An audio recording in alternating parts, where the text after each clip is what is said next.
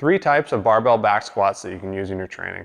The first is going to be our standard type back squat that most people are going to use. This will be a stance between our hip and our shoulder width, a 0 to 15 degree turnout of our toes. This will be also with a high bar position on our back. It'll look like this.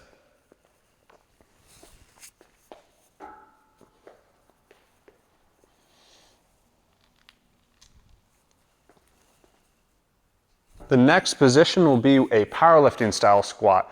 This will be a slightly wider stance, so more towards shoulder width, a little bit more toe out on this one than our standard. Our standard is kind of a hybrid between the powerlifting style and the Olympic style. But with the powerlifting style, we're going to put the bar in a we call a low bar position. It'll be slightly lower, just below the bony prominence on our shoulder blades. So it'll look like this. So we're going to have more of a torso angle as we come down. So it's going to be a little lower position on my back there. As I step back, then I'm going to have a slightly wider and toe out. Then as I drop down, I'm going to have more torso angle, below parallel, coming back up. And then last, this will be more of an Olympic style back squat that'll transfer better over towards snatches and cleans. We'll take more towards that hip width stance, a toe out position to allow for the most depth with our hips.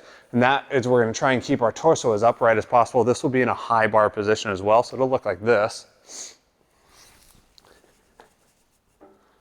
So as we step back, we'll have that a little slightly more narrow.